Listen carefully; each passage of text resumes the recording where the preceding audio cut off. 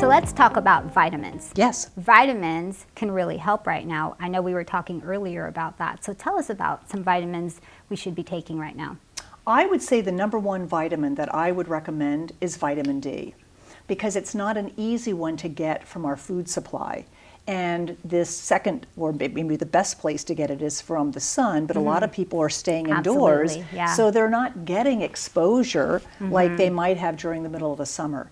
So vitamin D levels that are 38 or lower, 38 nanograms per deciliter, meaning your blood levels, show a 70% chance that somebody could be more prone to like respiratory infections. Wow. So we know that getting your levels up to like 50 nanograms or higher, would really help you to improve and optimize the way that vitamin D works in your body. Okay, Jeannie, how do we get those levels up for vitamin D?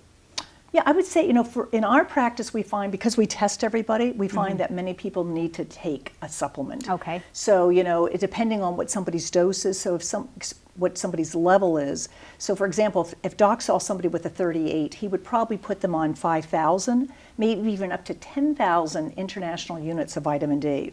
And the CDC did a study in which they looked at both vitamin D and zinc, and those two combination together, taken the moment you start feeling symptoms, can actually sometimes abort people from actually having things go to the full-on flu.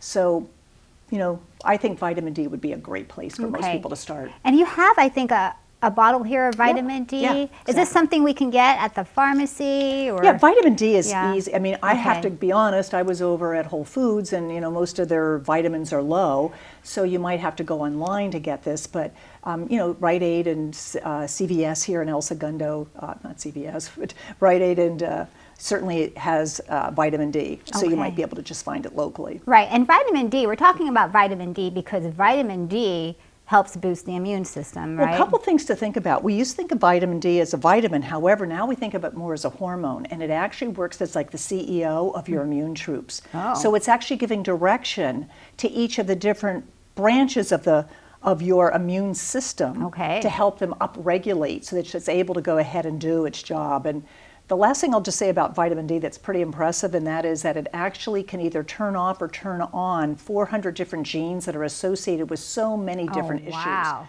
So Talk we know about that a people, CEO. Yeah, it's a really, it's one of those vitamins that just does its work. One last tip, and that is if you do take vitamin D as a supplement, take it always with fat, because it's a fat soluble vitamin, meaning it needs to have some fat in order to be well absorbed by the gut into the bloodstream so that it can really do its work. Really? So all y'all who like bacon out there, take your Bacon, vitamin and avocado, eat some bacon. eggs, any of those would be great foods to have with your vitamin D. Any foods that are high in vitamin D?